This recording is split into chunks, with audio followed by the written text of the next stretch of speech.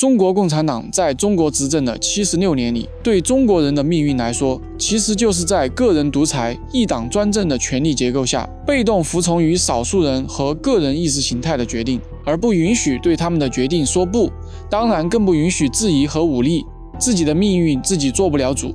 人们对此调侃道，中共统治的基本盘实际上是中共的私有财产。我们看一下中国人的过去和现在，就能深刻地体会这句话。先看毛泽东那一段，因为毛的个人独裁，在实施大跃进这种完全脱离现实的政策下，短短3年，全国饿死了大约3000万人左右。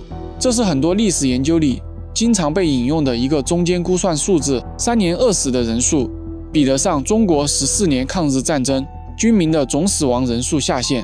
军队包括国民党和共产党，大概2000到3000多万人之间。也就是说，在和平时期，一个人的权力失控制造出的死亡不比一场侵略战争少。时间快进到今天，习近平把权力重新抢回到个人手里，结果大家都看在眼里。富豪在想办法把钱和家人送出国，中产在排队卖出国内资产移民出国，哪怕资产严重缩水，放弃现有好工作也要走。底层大多数人在负债，在躺平，不婚不育，只求活着，别出事，别给自己添麻烦。整个社会未来年轻人不断变少，老龄化严重，人口问题将成为中国以后的重大突出问题。而在各种社交媒体上看不到真正的希望。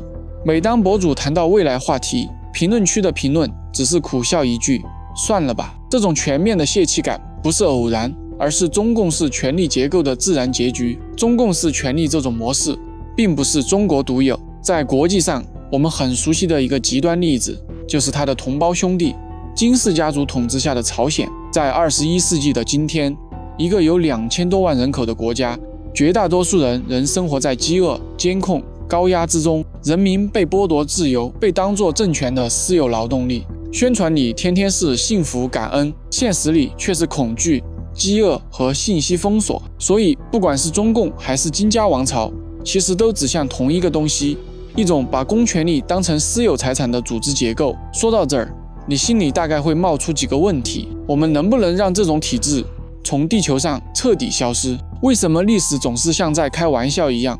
中共这种政权换个名字，换个皮，又在别的地方、别的时代重新出现。我们真的有可能战胜这种中共式政权，还是注定只能一轮又一轮的被他奴役？我的看法是，防止中共式政权祸害社会，答案一点都不玄学，也不高深复杂。任何集权政权都不是从天上掉下来的，它不会一出生就长成今天这个庞然大物，它也有一个受精卵到胚胎到成型的过程。当人类内心的私欲遇上可以影响所有人的公权力，这两者一旦结合，集权的胚胎就开始发育了。所以如果你真的想阻止它，最有效、成本最低的方式，不是在它已经长成怪兽以后去硬刚、去流血，而是在它还没和公权力的卵子结合之前，就把这种中共式私域权力的精子挡在门外。具体一点说，就是在它还只是一些思想、一种说话与行为方式、少数人组织结构的萌芽时候，我们就把它识别出来，然后揪出来，并且迅速切断它长大的通道。你可以想象一下，如果当年中国社会在中共刚起家的时候就能看穿它的真实逻辑，这不是一场为全部中国人争取民主自由、争取尊严的革命，而是一次少数人利用革命名义来篡夺公权力的政治受孕。那么这颗精子很可能一开始就被卵子拒之门外，中国社会根本没法怀孕。那样的话，中国人以后的命运，包括今天被各种中共式权力折磨的其他国家人民的命运，很可能会是完全不同的另一条线。所以我们要讲清楚的核心，不是简单的怎么推翻一个政权，因为推翻所付出的代价惨烈，且还不一定成功。就算成功，后续重建的代价也极其昂贵。而如何识别，如何阻断，并且要深刻意识到中共式政权对人类的巨大危害，我们为什么要识别与阻断？别再让社会公权力卵子被集权一次次受精，一次次重生，这才是成本最低、收益最大的解决答案。而要做到阻断，我们必须先做到识别和明白为什么要阻断。所以接下来我们必须搞清楚3个关键问题：第一，什么是中共式权力？第二，什么是公权力？第三，中共式政权早期是怎么和公权力结合的？一旦结合成功，对社会的连锁危害。只有把这3件事看清楚，我们才有可能做到阻断这一点，最后达到目标。如何把中国共产党式权力阻断在受精卵阶段，别让人类未来不断重演灾难？什么是中共式权力？一提到这个词，很多人脑子里马上会蹦出几幅画面：一党专政、个人独裁、党内遍地腐败、权钱交易等等。这些都没错，但都只是表面结果，就像是症状，不是病根。真正的中共式权力核心不是这种制度形式，而是一群人围绕各自的私欲，长期达成合作和妥协的权力结构。听起来有点抽象，我们拆开来说，其实就2个层面：精神上的私欲，物质上的私欲。先说精神层面，思想永远正确，绝不反思，拒绝质疑和批评，并且极度沉醉这种感觉。在中共式权力里，我们代表真理，你不能质疑。在这样的气氛里，承认错误不是美德，而是危险；反思和批评不是进步，而是颠覆国家，动摇军心。你看毛泽东就是最典型的例子。在延安整风的时候，全党被要求学习毛泽东思想，在政治上要绝对忠诚于毛主席。后来发展到什么程度？他被塑造成红太阳伟大领袖，哪怕在他主导的大跃进政策之后，全国出现了严重饥荒，仍然要在宣传里叫他人民的救星，民族的灯塔。谁敢公开质疑，就可能被打成反党分子，一夜之间从干部变成阶下囚。到了习近平时代，逻辑其实没有变，只是换了包装。他要建功立业，青史留名，于是有了雄安新区、一带一路、动态清零。结果是很多项目烂尾，负债累累，白纸革命。这一切后果大家心里有数，但在宣传里依然得被说成英明领导、千秋伟业。你会发现，现实越糟糕，话语里的正确就越夸张。而对这种正确的质疑，不是被当作意见，而是被当作威胁。轻一点的丢掉职位边缘化，重一点的批斗、关押，甚至直接消失在公众视野。这就是一种精神上的私欲享受。我要自己永远对，永远被崇拜，永远不可被挑战。满足的根本不是国家和人民的利益，而是统治者自己的自恋和迷醉，把整个国家当作一面巨大镜子，随时映照出我多伟大的那种快感。所以大家就很容易理解拍马屁为什么在中国官场和社会工作关系中非常被鼓吹和流行，因为需求和收益真的太大了。而在现实生活中的你，是否具备和他们一样的潜质？比如当和人沟通时，别人观点和你不一样，你是否愿意仔细倾听对方的论据事实，反思自己的观点是否正确？对事物的看法，愿意包容和接受不一样的多元思路，还是说对抗一切和自己不同的观点和看法，喜欢那些和自己相同立场的人，坚持己见？大家可以在晚上没有人发现的时候，偷偷地问下自己。再看物质层面，在权力范围内无限强行占有公共资源，在这种权力结构之下，权力和钱几乎天然连在一起，有权就有机会把本来属于公共的资源悄悄变成少数人的资产。最典型的证据之一就是后来曝光的巴拿马文件，里面披露了中国部分高层及其亲属通过离岸公司隐藏资产、转移财富的情况。这当然只是冰山一角，但足够说明一点：掌握中共核心权力的人有能力也有动机，把巨量的公共资源藏到普通人看不到的地方。往下看，省部级、厅局级、县处级，甚至乡镇一级的官员、国企高层等，只要手里掌握审批权、财政权、人事权的，就有非常多机会顺手牵羊、监守自盗。比如工程项目可以指定给关系企业，地皮、矿产特许经营权可以变成交换筹码，招标、贷款、许可可以变成人情工具。结果是什么？中共并不需要给每个成员开出很高的工资，只要给他们利用权力捞好处的空间。所以嘛，很多中国人争先恐后的想进体制内为人民服务，就会自觉地维护这套系统。当上上下下都能分一杯羹的时候，权力结构就变成了一条完整的利益链。上面的人要的是稳住局面，继续吃最大的那块肉；下面的人要的是在规则里多捞一点，别被踢出去，被成为肉。如果上下与横向利益冲突太大，会出事，会频繁内斗、火拼，最后导致组织解散崩溃。但是他们的共同利益是建立在一起成功控制被统治的大多数人。一旦组织解散崩溃，大家的势力都得完蛋。这时候为了维护组织的团结，妥协就出现了。你听我的话，我让你在你那一层吃饱一点，你别往外说，我就睁一只眼闭一只眼。真出了事，我们一起想办法把责任推给外部势力、个别腐败分子、极少数坏人。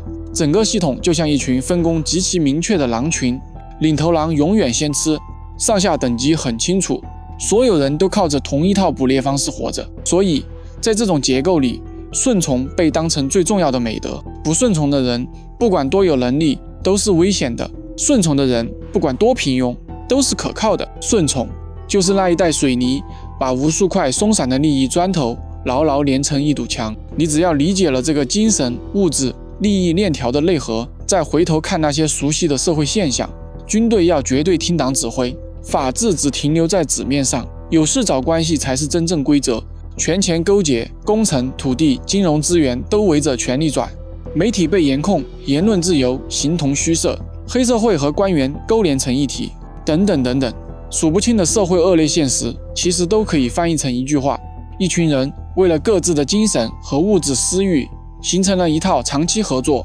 相互妥协、对外剥削的权力机器。这台机器的样子可以变，口号可以变，但只要这个内核不变，你看到的一切花样，不管是伟大复兴还是共同富裕，大多数时候都只是一层迷惑人的伪装。所以中共式权力不是一个简单的政党问题，而是一种人性天生的私欲和组织结构的结合方式。只要这套模式被复制到别的地方，不管是什么政党，还是一个巨型企业、一个宗教组织，还是什么公益慈善组织，它都可能长出类似的结果。也正因为核心是私欲加上合作，你可能此时马上会反驳一句：等等，人类文明就是靠强烈的私人欲望推动的。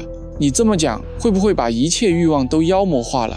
这个问题特别关键，必须说清楚。比如像马斯克这种人，他执着于自己的梦想，要让人类成为多行星生物，拼命创新，疯狂试错，不在意其他人的看法和阻挠，有时候甚至看起来非常疯狂，但是结果对人类未来进步做出了很大的贡献。这不都是源自于他自己强烈的私欲吗？但是有一点你得很清楚，他主要是在用自己的资源、自己的公司、自己的声誉和投资人双方达成的契约，在拼命实现他自己的梦想。他可以最大化的实现自己的想法，就算项目失败了，损失最大的是他和股东，不是整个国家的人被迫一起买单。当私欲进入私权力，可以犯巨大错误，错误的结果相对可控，危害较小，而一旦获得巨大成功，对社会甚至人类推动进步巨大。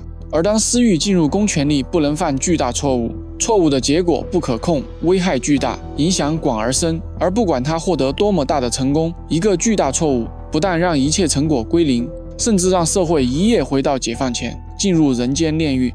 所以我们的分歧在于，什么是公权力？很多人一听公权力，脑子里只浮现一个画面：政府、公安、法院等国家机构。如果你只停留在这个理解层面，问题就来了。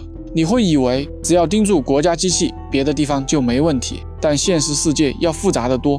我们先从最原始的社会形态说起。在人类早期，谁拳头大，谁人多，谁就能支配别人。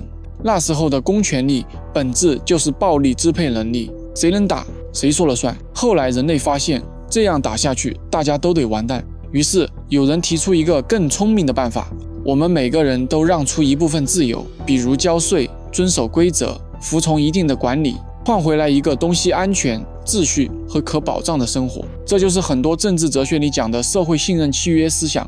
公权力不是谁天生有的，而是大家托付出来的。就算是现在暴力强大的中共，也必须打着人民民主专政、为人民服务的幌子来维持统治。他也不敢公开宣传说人民为他服务，他们承担不起倒台的后果。换句话说，公权力就是多数人对管理者交出来的一部分力量，用来管理公共事务，保护公共安全，维护公共秩序，为保障谋取所有人的利益而存在。既然是大家交出来的，那它理应来自大家，为了大家，并且必须被大家监督约束，这才是公权力正常的样子。所以问题来了，如果公权力的核心是社会信任契约，且它能轻易影响很多人命运，那你会发现它远远不只是政府2个字。在现代社会里，只要满足这2到3个条件：一，大量人对你有信任，为了信任，大量人产生思想、行为、财务等个人资源的支持；二，你有能力影响甚至决定他人的重要选择、生活甚至安全。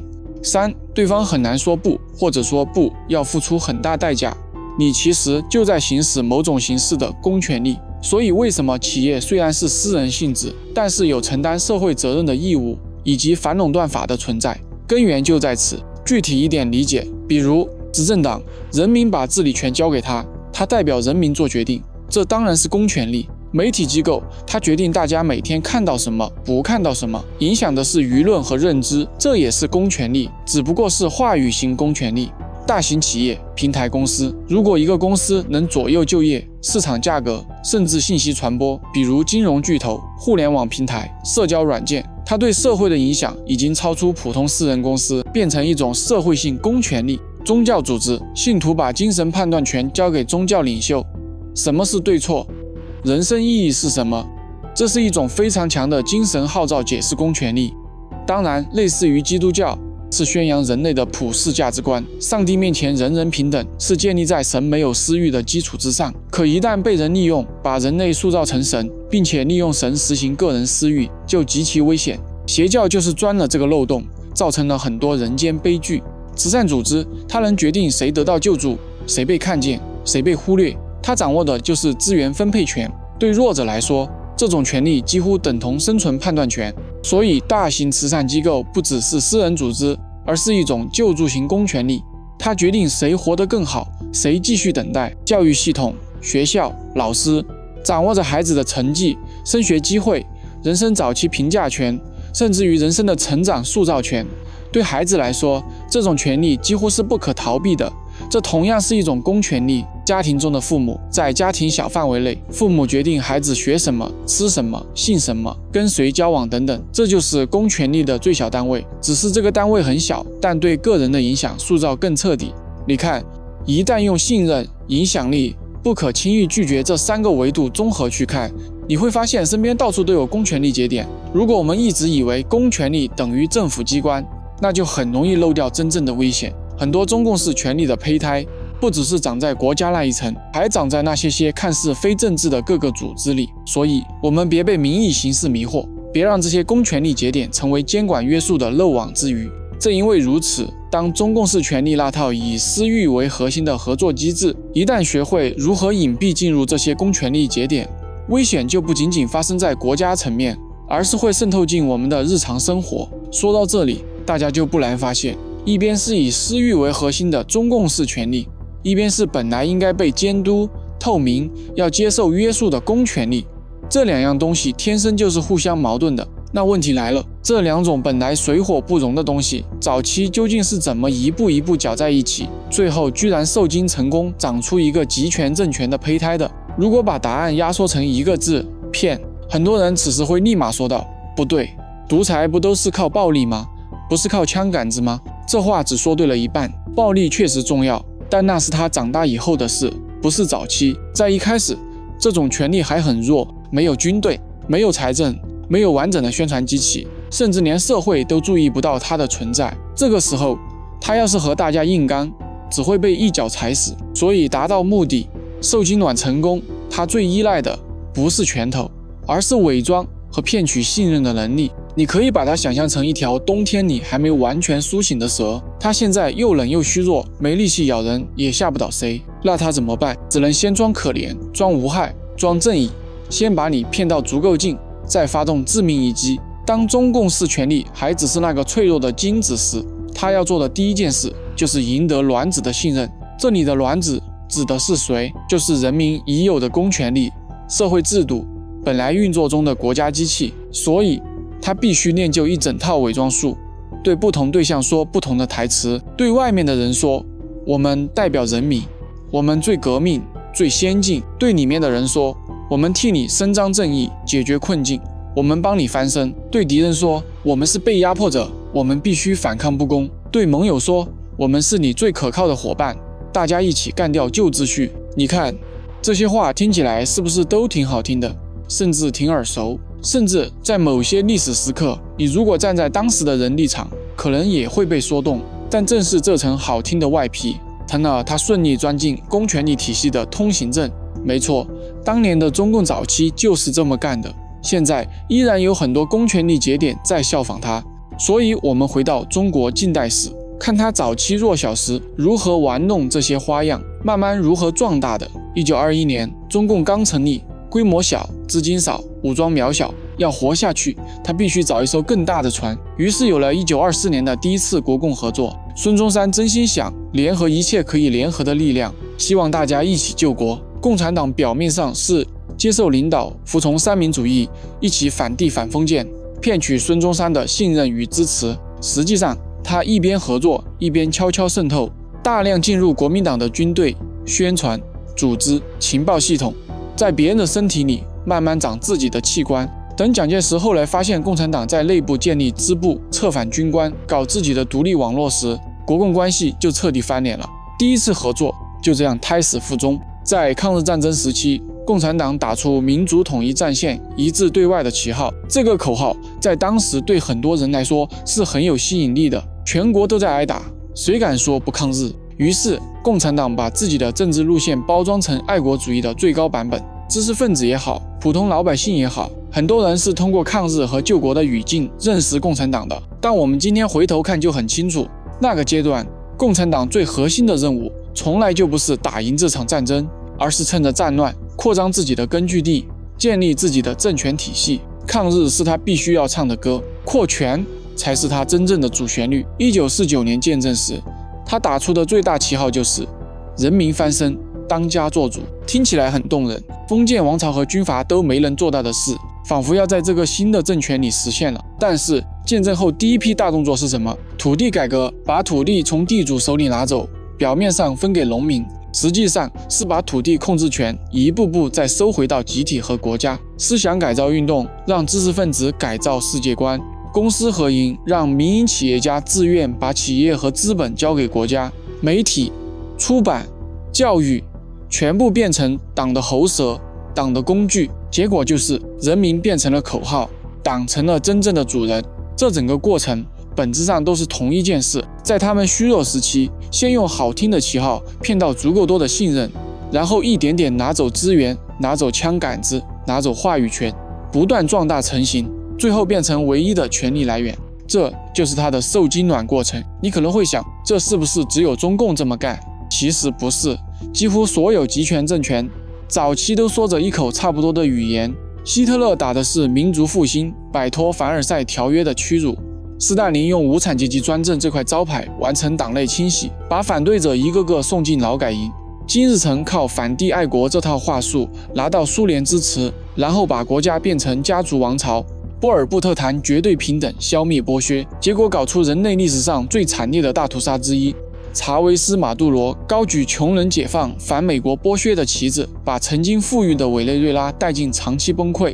你会发现一个惊人的规律，在他们还很弱的时候，打着都是正义、平等、信仰自由等等，站在人类道德正义制高点的旗号，极其迷惑人。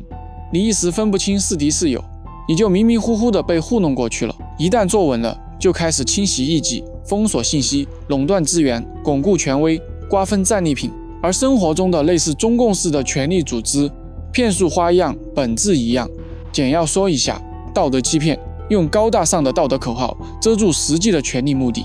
比如，为人民服务变成了谁反对领导就是反人民；民族复兴变成任何质疑就是给外国递刀子；共同富裕变成先把你的钱收回来再说；情绪欺骗，刻意煽动愤怒、仇恨和不安，找一个敌人来转移注意力。比如，一切问题都是外部势力搞的，现在形势严峻，不能再容忍不同声音了，反对我们就是不爱国。信仰欺骗，把政治包装成一种宗教，把领袖变成信仰对象。比如，领袖永远正确，思想必须统一，路线不能怀疑。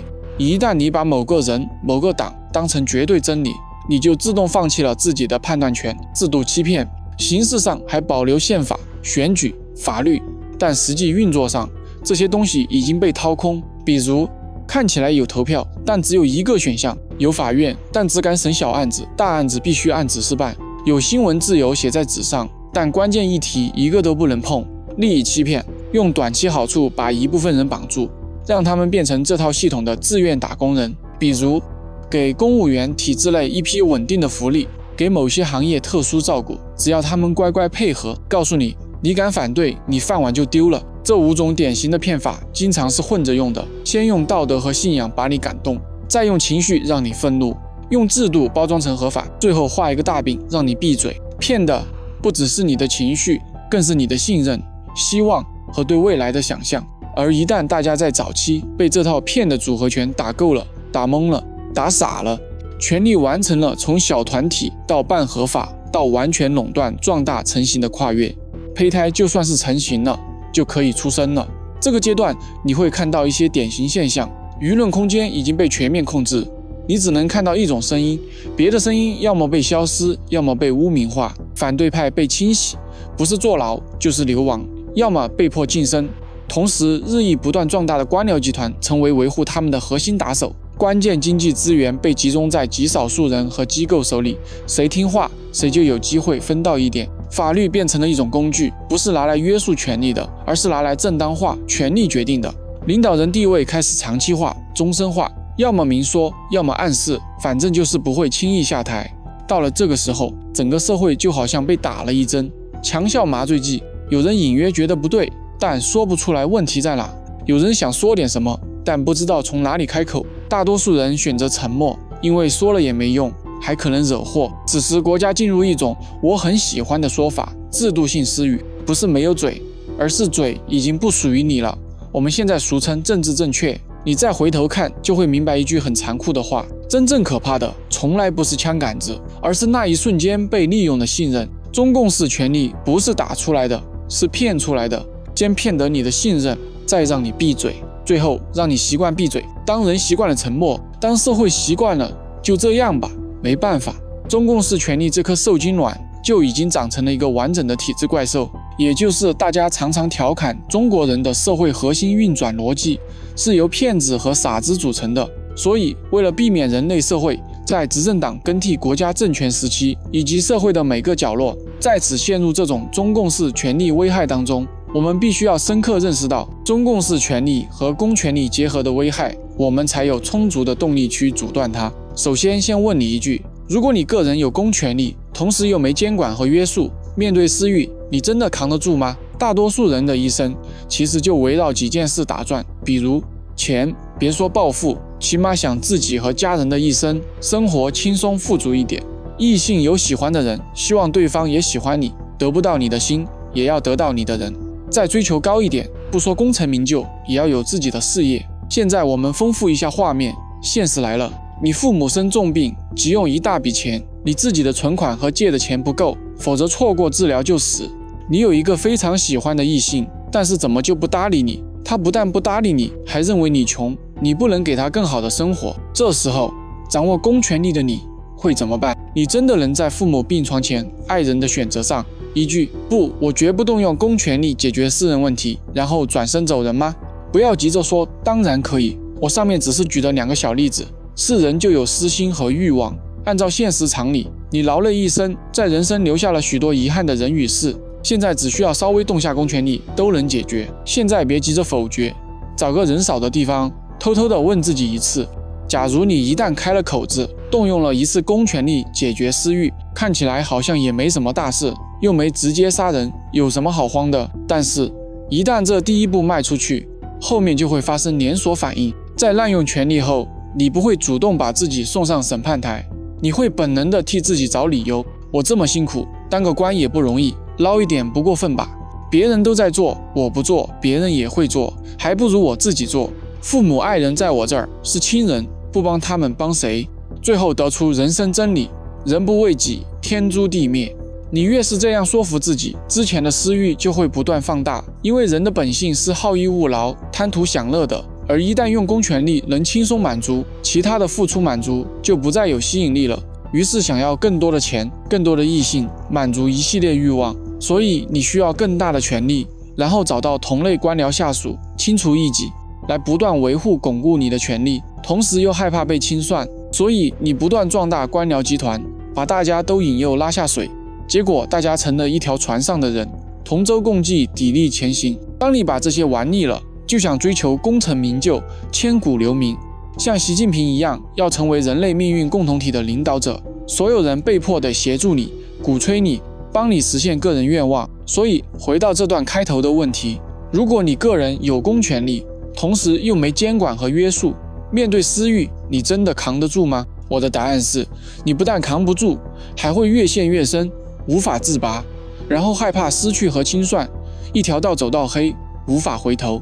理解这些，再理解中共式权力对社会的危害就极其简单。比如典型大家不满的社会现象，国内老百姓反映的高强度工作，但收入少且消费高，房价高，结婚难，养育小孩成本太高，养老难，整个社会内卷严重。海外华人抗议的没有言论自由，中共高层谋害生命，给自己换器官，打压迫害异议人士，官匪勾结，草菅人命，没有人民子弟兵，只有党卫兵等等等等。这些社会恶劣现象，说上几天几夜也说不完。现象看似很多且复杂，核心就是我们刚才说的问题。当你的私欲面对公权力，同时没有监管和约束，你是控制不住你自己的，反而会不断放大私欲，不断用公权力来满足贪婪的自己。同时你又怕公权力最后把你清算且夺走你的一切。用现在流行的话说，就是权力资源分配的问题。因为大部分蛋糕都被中共这些少数人吃了，多数人则为了小蛋糕争抢，打得你死我活，只为了生存。所以我们必须识别和阻断，防止这些社会危害现象。任何一个中共式权力组织，只要不受真实的监管和约束，它就是中国共产党，换汤不换药。如何具体判断不受监管和约束？以下是最简单、最实用的中共式组织检查表，能不能被公开质疑批判？不能中共式萌芽，是否接受外部监督？不接受中共式结构？是否需要向下级成员、公众交代？不需要中共式权力，是否可以被替换？能否约束？不能中共式权威？是否有透明的程序，比如财务、人事任免、规章制度等，没有中共式运作。注意，这些必须都是真实有效的，需要亲自实证检验，而不是走形式蒙混大众过关。任何一个组织，只要这5条都缺失，它的未来的发展方向必然是权力垄断、信息封闭、利益私有化、压制不同意见、保留利于组织的声音，形成统治结构。所以，当我们早期利用这个检查表识别出它是中共式权力组织时，很多人恐怕会问：它那么强大，骗术更是炉火纯青，我们普通人该如何阻断它？不必担忧，记住，它早期时就像只蚂蚁，我们能轻松碾压死它，阻断它，不需要革命，每个人都能做到。为此，我总结了全球反极权的黄金5原则的伟大实践经验：以曝光让黑暗见光。权力最怕透明，只要把滥权、造假、胁迫说出来，它的扩散速度就会被切断一半。真相是反极权的第一把刀。2. 拒绝参与，不给他提供养分。极权不是领导一个人的暴走，而是无数自愿的合作者撑起来的。拒绝帮他做假数据，拒绝传播统一口径，拒绝在沉默中站在他那一边。当社会不再配合，独裁机器就会断电。3. 守住讨论空间，让沉默破裂。他们最怕人们开始互相提醒，这人和事不对劲。只要讨论存在，谎言就无法彻底封闭。即便一句轻声质疑，也能让一个社会慢慢清醒。4. 保护监管和约束制度，不要让规则底线被挤压。每当你听到临时规定、特别审批、组织决定，都要问一句：大众能和组织成员能监管吗？程序看似麻烦，但它是文明对抗独裁的护栏。5. 教育下一代怀疑比服从更珍贵。集权最怕的不是反抗，而是思考。当孩子会问为什么，权力就无法完全掌控未来。独立思考是一个社会最深的免疫系统。讲到这里，我们已经说完了今天的全部内容。最后请记住，防止中共式权力复活，最有效的方法从来不是等待救世主，而是让每一个普通人都成为文明的守护者，也就是现在国际上提倡的公民素养。反义词就是统治基本盘。真正的问题从来不是把中国共产党打倒了没有，而是我们是否能阻止另一个共产党在未来再长出来。为什么历史会重复？为什么许多国家推翻旧专政独裁后，却又迎来了新的专政独裁？因为他们只看到了敌人，却没有看见根，而那个根就是中共式权力的本质不在组织，而在你我与生俱来贪婪的私人欲望。就看你我首先是否有勇气真诚地面对这一点。喜欢控制别人，不愿被监督约束，害怕被质疑，想让世界按自己的方式运行。这就是集权的种子，它存在于每一个国家、每一种文化、每一个时代。当它遇到一个缺乏监管和约束的公权力，它就会长成新的中共式组织，哪怕名字不同，本质永远一样。所以喊出推翻一个政权不难，难的是推翻我们内心对权力的渴望，满足自身的贪婪。中共式权力不只是他们的问题，也是我们人类共同的人性阴影。文明之所以珍贵，不是因为某个制度天生完美，而是因为它创造了能驯服人性的东西。监督、透明、轮替、反对、质疑、表达、程序，只要这些机制还在，权力就无法在社会野蛮生长和破坏。所以，一个国家和社会能否摆脱中共式权力，真正的决定因素不是革命的激烈程度，也不是新政权的口号，而是当他再次向公权力伸手时，大家是否还能坚定地说，你必须被监管，你必须被约束。这才是文明，这才是自由，这才是我们全人类对中共式权力最彻底的告别。